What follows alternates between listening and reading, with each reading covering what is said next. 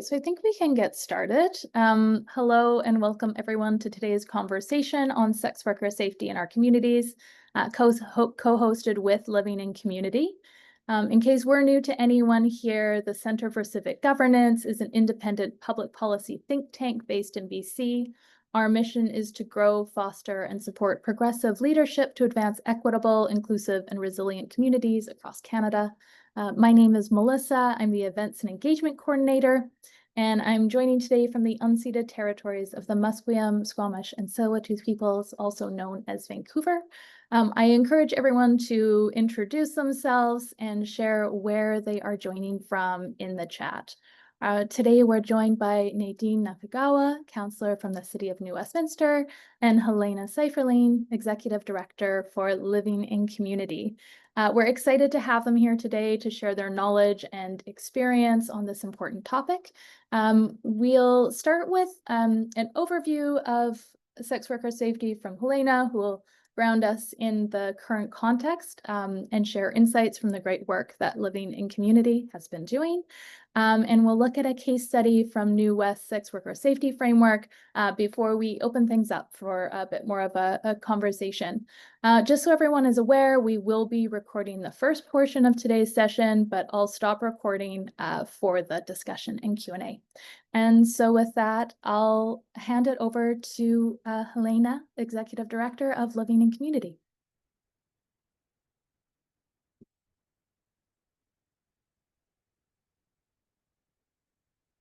Okay, can everybody see my slides that I'm sharing now? Yes, I got a thumbs up. Okay, sometimes there's a bit of a delay. My Zoom seems to be slow today, but glad that now you can see some slides here. And yeah, I'm going to talk a little bit about what we do at Living in Community and kind of set the groundwork for this conversation about sex work and about what municipalities can do. So let's go. I am just going to make sure my slides are sharing properly. Yes. Okay. So firstly, this is a little bit about our work and approach at Living in Community. If you haven't heard of us before, we're a nonprofit and a charity.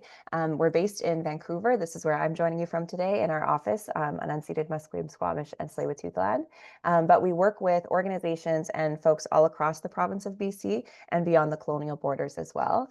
And our mandate kind of here in the little graphic is that we bring together diverse stakeholders to collaboratively improve the health and safety of sex workers and address community concerns as they arise. So in the kind of little flower there, at the center of our work is really making sure that sex workers' rights are upheld and respected, and also listening to and kind of convening a broad range of other residents, businesses, community organizations, governments, kind of all, parts of the community to come together and kind of collaborate on these shared goals that we have for safety for everyone. So we have lots of different ways we try to change this through, addressing culture, addressing stigma, doing educational activities, convening people, doing advocacy, all these things. But yeah, this is a little bit about kind of our approach there. And basically what I've been saying in terms of what we do falls into these three categories. So firstly, as I've hinted at now, we do education. So based on needs identified by sex workers and by allies that we hear about, we'll develop specific training requests and deliver training to folks. We also have online training available on our website. So we have courses on our website that are self-directed, kind of move through at your own pace, training on things like sex work stigma, good practices for frontline service providers. So if you work at an organization or you know someone who does, it's like a social service agency or a government or something, and they are interacting with sex workers in their line of work, that training is a really good course for those folks. We also have a course on the laws in Canada and how that impacts sex worker safety, as well as the differences between trafficking and sex work and kind of some of the nuances there. And then the second pillar really falls into the advocating side of things. So yeah, advocating at the municipal level, provincial and federal for issues identified by sex workers and allies for, increasing their safety, access to services, and kind of just inclusion in society broadly. And then the third piece there is around convening. So again, sort of I've hinted at this, but just like the session we're in today, being part of activities where we can kind of gather together from different perspectives, different positions in our communities and in our society to kind of hear what's going on with folks, kind of make sure we're centering the needs of sex workers and the voices of sex workers, but hearing what's going on across the province and beyond, what can we all then agree on together and move forward through the educating and through the advocating. So the three kind of all work together there. So you might be here on your lunch hour. This might be a new topic for you. You might be like, wow, we are really talking about stuff that I don't usually talk about at work. So just in case that's the case, firstly, of course, before we really dive in further, we want to talk a little bit about what is sex work? What is this topic we're here to talk about today? So we at Living in Community define sex work as the exchange of sexual labor for money or other things like goods. So just to note that this is a transaction between consenting adults. So sex work is not human trafficking. In Canada, this is, a myth that sometimes people have, or you've maybe heard something and you're not quite sure. So just want to address that sort of right off the top. And in Canada, human trafficking refers to the recruitment, harboring, transportation of, and exercising control over humans for the purpose of sexual exploitation or forced labor. Kind of a lot in a definition, but just to note that obviously trafficking is a human rights violation, really horrendous thing that does happen, but an exchange, a transaction between consenting adults is a different thing than that. And also just a few little myths to bust perhaps today. One is that though there's certain maybe media narratives or stories we hear a lot about, in reality, a lot more trafficking actually happens in other labor industries like agriculture, construction, domestic work, and there's actually a very small percentage that's actually in the sex industry. So just to note that, and I say that partly because that's part of the myth busting perhaps that we're doing here, in terms of focusing on what people need to actually be safe in this industry, and also because if this is the narrative that we hear about only, then folks who are trafficked in these other industries aren't getting the services, the support, the recognition that they need. So that's very important as well. And then another thing, just to name, again, kind of a myth here, is that oftentimes, and we see this particularly at the municipal level, is that often there's folks who have come here from other countries and they're working perhaps at a massage parlor or massage business, and there's concern that they've been trafficked to come here. Often, though, the case is that these folks were already doing sex work in their home country. They just came to Canada to do then they end up doing the same work, and they're surprised by the working conditions, the laws, et cetera, here, when they're just trying to do the same work that they were doing before. Okay, let me move on here. And just to maybe put this in a bit more of a context, and again, I know this is kind of some big words that we're launching into at the beginning of the presentation here, but hopefully we'll kind of just set the stage for the foundation of the knowledge today. So to start with, in the yellow kind of box here, this is a graphic that we've developed that we have in one of our trainings, and we go into much more detail about it there. But just to say that sex occurs in many different contexts, obviously, for love, for pleasure, obviously sometimes can be forced, for procreation, in the sex trade or in sex work, other reasons as well. And then kind of swirling and moving into the middle green section there, we like to talk about how there's various factors that affect one's ability to make different choices and affect people's kind of like access to different options that they have available to them.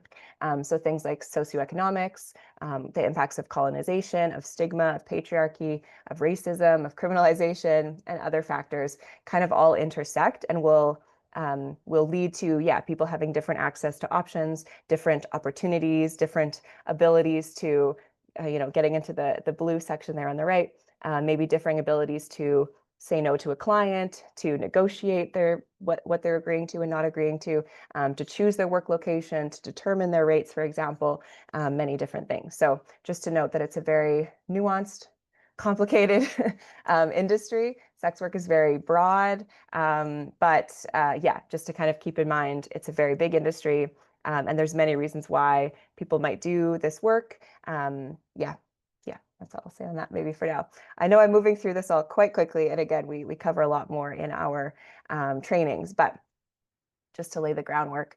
I also wanted to briefly touch on the impacts of criminalization. And just to note, this is kind of the legal framework that we're coming into and thinking, okay, but at the local level, what can we do? We have to know kind of what's the legal, framework that we're working within. So in Canada, sex work as an industry is criminalized. The laws are such that to do sex work yourself is not illegal, but basically all the other parts around it are, which means that your clients are criminalized, your work environment, you can't really work with others to stay safe. You can't hire a bodyguard or a driver, for example, to try to increase your safety. And there also might be lots of barriers folks experience to then, getting or keeping housing. Maybe if you have a day job or another job, you could risk them, what's the word? Maybe firing you or being concerned about your other work you do. Just a lot of concerns and lack of access to services that folks experience because of the criminalization and the stigma that comes with it. And just a note at the end there as well around bad date reporting, if you haven't heard of that before. Bad date reporting is a peer-based tool, so a sex worker to sex worker tool where folks can share information about if there's things that happen to them while they're working, to kind of make sure people know, oh, that license plate, I can avoid that, or I know what's kind of been happening in my community. And tools like that just show that violence is preventable. It's not inevitable in the industry. Yes, and that's, I think, all I'll say on that for now. And then, one brief note here is to note that what we advocate for and what a lot of folks do as well is decriminalization, which would just mean that, like all other workers, sex workers could then, have an employer, have contracts, access, paid leave, access the Employment Standards Act, WorkSafe BC. They could unionize, file complaints, receive benefits and insurance, basically just access all of those existing systems for workers. And that would do a lot to increase safety as well. But until or unless the laws federally change, that's kind of the environment that we're working within now. And so then let's come back down to the municipal level and talk a bit more about what can be done here. So firstly, just to note that at Living in Community, we've done quite a bit of work with municipalities over the years. We currently coordinate a network of about 32 sex workers serving frontline agencies in communities across BC and the Yukon. And so with this group, we kind of work with them to know what's going on in their communities and at their municipal levels as well. So we aim to build trust among diverse stakeholders and kind of increase understanding of sex work and related community issues in each of these municipalities to the extent we can. And more specifically, we have worked quite a bit with the City of Vancouver when they were developing their sex worker safety framework, I think back in 2010, quite a long time ago now, as well as more recently with the City of New Westminster, which you'll hear more about in a little bit.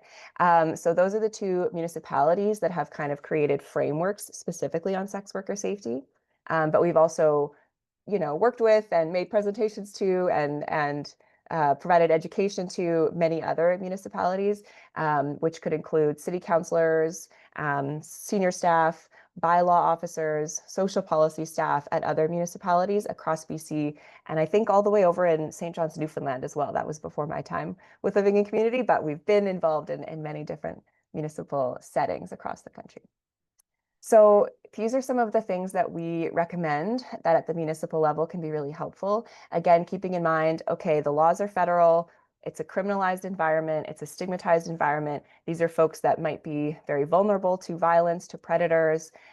These are folks that need to make sure they're connected to services, and at the end of the day that are residents of their municipality and deserve to have the same access to city services and social services as all other members of the community, right? So we often recommend training and education, again, for city councils and elected officials and for staff. A key way that a lot of this work can happen is through council motions. And again, you'll hear more about that shortly with the example in New Westminster. But just to say that if council obviously can direct staff and allocate money and kind of make sure that the staff have that clarity on what they can then go ahead and do, that can be very helpful. Then staff can then create a safety and inclusion framework, and then staff guidelines. That's very similar, kind of just depends which way the city wants to go.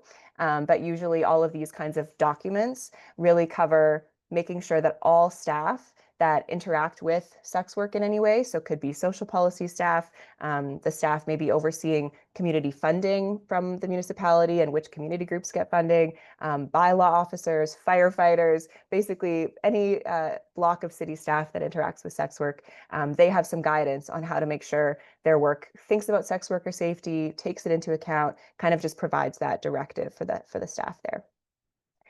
Reviewing or creating bylaws is also something we recommend. There's a lot of options around bylaws and business licensing in particular that can really impact the safety of sex workers. For example, if, if bylaws are very, what's the word? Like there's some bylaws that are very specific and punitive, that's the word I'm trying to think of, around like a business can't lock its doors or something like that. That would really impede folks' safety. Also things like, what areas of the municipality are businesses allowed to operate in or not allowed to operate in? Does that mean they're close to other services or far away and isolated from other services? So there's different pieces there around bylaws and business licensing as well. And then following from that, reviewing enforcement approaches. So how do bylaw officers and police or RCMP enforce the laws or the local bylaws? And then I've kind of alluded as well, but making sure that sex worker groups or frontline organizations that provide services for sex workers are able to get city funding. They're part of that criteria. They're not excluded from that funding. And then finally, incorporating sex worker perspectives into policy and practice. And this could happen through many ways, like, who's on your municipal committees, or if there's other kind of bodies that provide guidance to city council. For public consultations, are sex workers being included? All that kind of stuff. Think I have.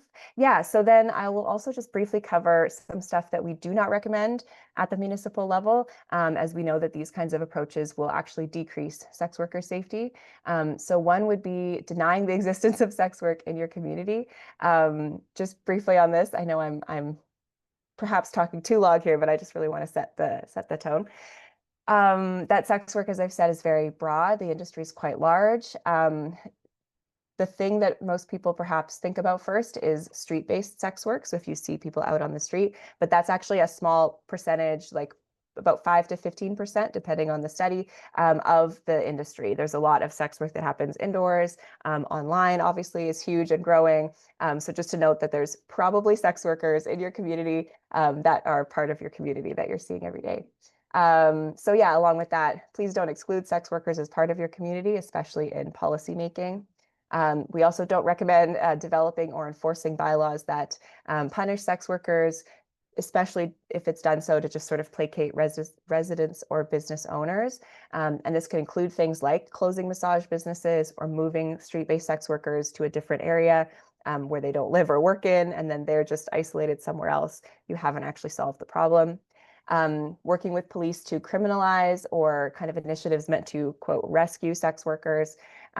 This also goes with the next one, which is supporting misguided anti-trafficking initiatives. Often we see initiatives, especially with police and RCMP, and also could be with bylaw officers as well, where they think we have to go in and do a sting operation or raid a business because we want to rescue these people, we want to save them. But often, again, folks are often working consensually, and now you've just disrupted their business, disrupted their income for the day, disconnected them from perhaps that service that they were trying to access, and also make them often less likely to trust that organization and go there in the future, or to trust the police or the RCMP and report to them in the future. So it's actually not helping, and then also making it worse if folks no longer trust and don't want to go to these organizations for support. So that's why we don't recommend these kinds of things. And then finally, failing to consider a sex work lens in policy development. Kind of as I said before, making sure that sex workers are thought of as part of the community and considered for consultations, for advisory boards, for that kind of stuff. So last slide here, I can send these out after so folks can get them. So these will all be linked, but just to note that this slide will have a bunch of resources if you want to learn more. There's a bunch of resources there about the City of New West and about the City of Vancouver as municipalities and also their respective police forces that have taken, a policy guidelines on sex worker safety, and then some other resources for us as well. So I'll leave it at that. And again, I know that's quite a lot to just throw at you off the top, especially if you're new to the topic of what even is sex work and what can we do about it. But hopefully just provides a bit of a foundation on what the topic is and what can be done at the municipal level. And so I think with that, I'll pass it over to Nadine to talk a little bit more. Sure, sounds good. I live and work on the unceded and unsurrendered territory of the Hunkaminam speaking people in what is colonially known as New Westminster. New Westminster, as many of you will know, is the original colonial capital of BC, and so thoroughly displaced the people whose lands that we're on that we're still learning back. the nations. We know that there are 6 nations that claim this as core territory: the Musqueam, Squamish, Tsleil-Waututh, Kakite, Kwantlen, and Coquitlam nations. Also want to think about, as we're talking about this, the connection between colonialism and sex work, perceptions of sex work, and who is made most unsafe when we have rules and laws limiting sex work. So I come to this discussion with concern about sex worker safety in my community. We had 3 sex workers murdered over a fairly short span in New Westminster. Jill Leon and Karen Neighbors, who were working as escorts. They were in their mid to late 40s. They were mothers, and they were murdered by the same man. They lived in the same apartment building. And also January Lapuz, who I knew personally, and was murdered by a date that went very badly. And also coming to City Council with a dialogue, and I'm going to use a pejorative term here, with people claiming a lot of pride about getting the hookers off 12th Street in New West. There was councillors who expressed a lot of pride as if this was a very something that they should be proud of. And while I understand that public discourse at the time that they were talking about that in like the 90s and early 2000s, I certainly hope that our understanding of actions like that has evolved over time. Now, what I'll say, coming from the municipal perspective, is that have our perspectives evolved over time? Well, for people sitting at city council tables, probably not, because most mayors and councillors are not coming in with any background information or understanding about sex work and sex worker safety. It is very hard to wade through the public discourse on things like, like the Scandinavian model and whatnot, and understand what actually makes people safe. So my first sort of tip here is to understand that mayor and city councilors don't know anything about this when we're working with them. So it's going to require generally a lot of education to help them understand what actually contributes to safety and what doesn't, and to pull apart, as Helena talked about, the difference between trafficking and sex work, one being consensual, the other being not, and illegal.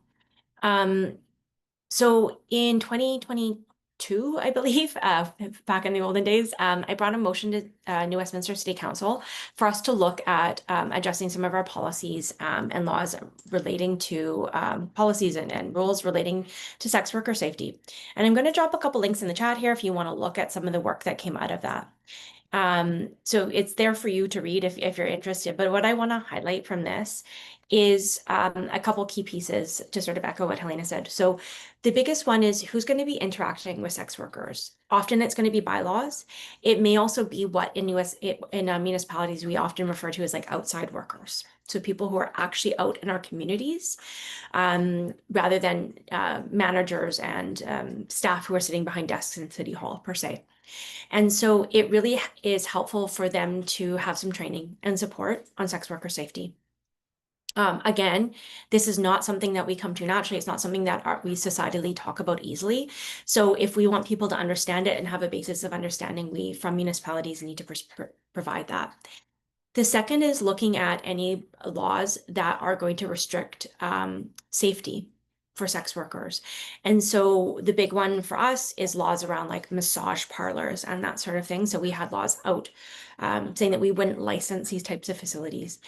Now, again, I understand the impetus there, that it makes people uncomfortable to have that, on a main street, usually not on the main floor, but like on a floor up where it says like, this is a massage area.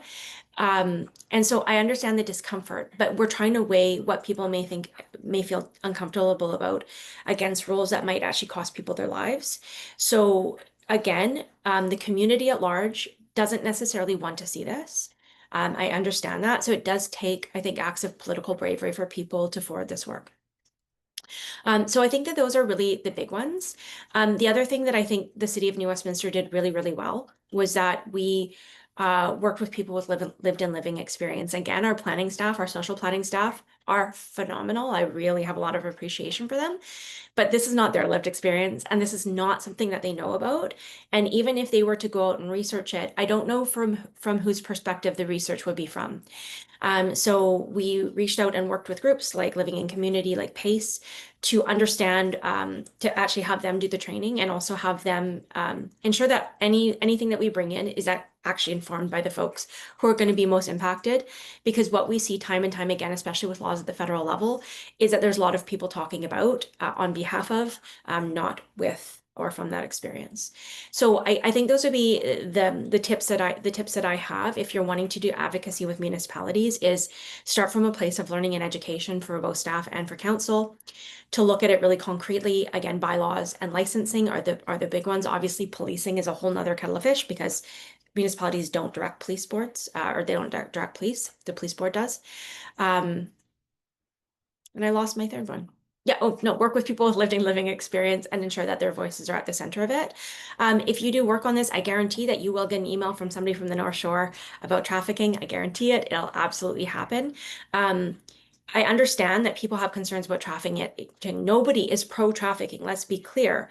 But when we actually make sex work safer, in my opinion, and from what I've heard from people who do sex work, is that the safer it is for sex workers, the safer it is actually for people who are trafficked to access safety. So again, if you want to address trafficking, here's a path into that conversation.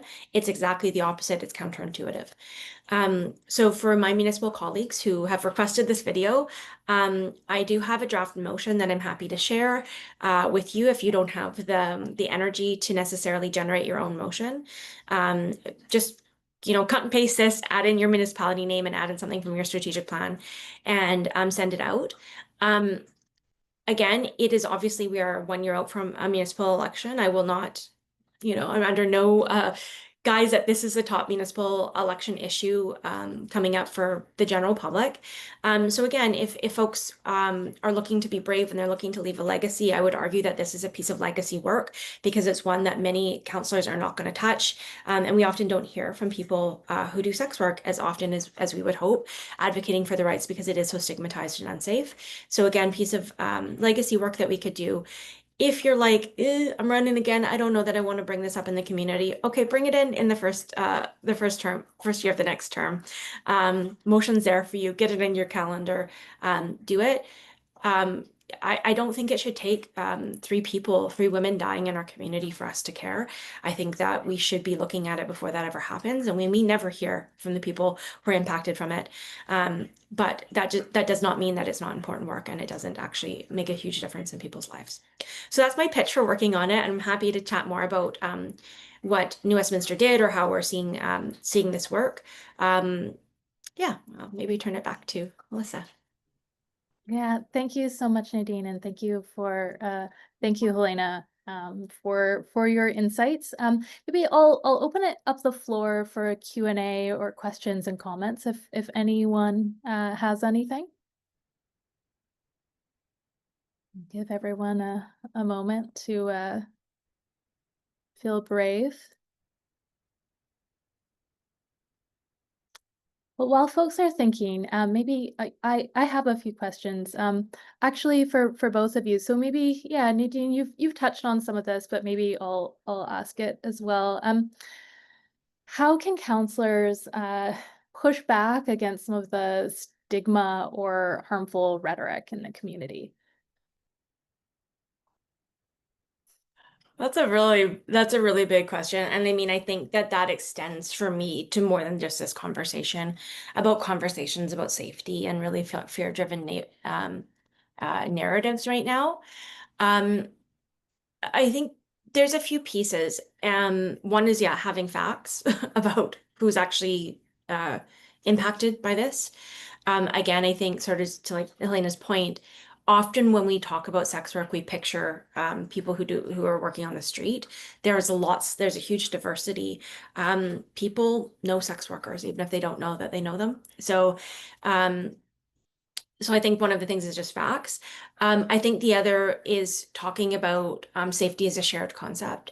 that actually, if we all want to feel like we all want and deserve to feel safe, and in order to do that, we shouldn't make people do things in, back alleys or in dangerous hotel rooms or whatever it might be, that doesn't increase safety for anybody. There's also, again, I think there's this narrative around some people have really, really closely held morals about this. And so I think acknowledging that can be helpful, saying like, you may not support sex work or want that to exist in our community, and it does. And so I don't think that people who do it should be made unsafe. The other piece that I really like is talking about it as an occupation, that this is somebody's job. They get paid to do this. They should have protections and rights just like everybody does, even if you don't like the job that they do. I don't like all jobs that exist in the world, and there's lots of jobs that I wish didn't exist per se, like there wasn't a community need for them. But as it stands right now, people are doing this job, so they should be safe in their job and their work. So I do like shifting it to just like kind of taking out the big scary language about it and moving to a more neutral language would be sort of how I would talk about it. That's great. Thank you. Yeah, and I also like that that labor piece as well. And yeah, Helena, same question for you. I'm interested to know if you have seen councillors or municipalities utilize kind of successful tools or scripts to push back against some of the harmful stigma. Yeah, well, maybe just a few thoughts to build on that. I love that framing of safety for all, kind of, and I think especially in this moment where we know there's kind of a renewed focus or framework around safety and crime and violence and oh my gosh, things are so horrible, we need to respond to the need, and there's this huge focus on public safety. I think there's a way to, yeah, I guess tap into the probability, I would say, that if somebody is coming with that kind of language or concern, it probably comes from a good place of them thinking, I just want people to be safe and I'm worried and I think this horrible thing's happening. I want to do something about it, and kind of tap into that, but then shift it, right? To say, yeah, we all want everyone to be safe. We all want to make sure folks are connected to the services that they identify for themselves would help them, whatever that be at that moment in time. And so here's what would work to keep people safe, and to kind of frame it that way, I think. And then maybe one more thing I'll say on that, which I think applies for counselors and also I think others who aren't a city councilor, which is I feel like sometimes, for example, if someone is saying something that's maybe stigmatizing or yeah, not, I guess, an evidence-based or person kind of from lived experience perspective, something I find helpful is to just kind of name that the stigma is there, by which I mean, like, for example, if somebody is like, oh, wow, and they say something, I'll be like, yeah, there's a lot of stigma about this industry, isn't there? And then it sometimes kind of catches them to be like, yes. And then from that place, we can kind of agree that like, wow, yeah, this is kind of a tricky thing to talk about, isn't it? And then from there, we can have a conversation. I find sometimes that to be helpful, kind of in more of a one-on-one situation. I see there's a question though, so I'll stop. But yeah, maybe just a few other thoughts there, yeah.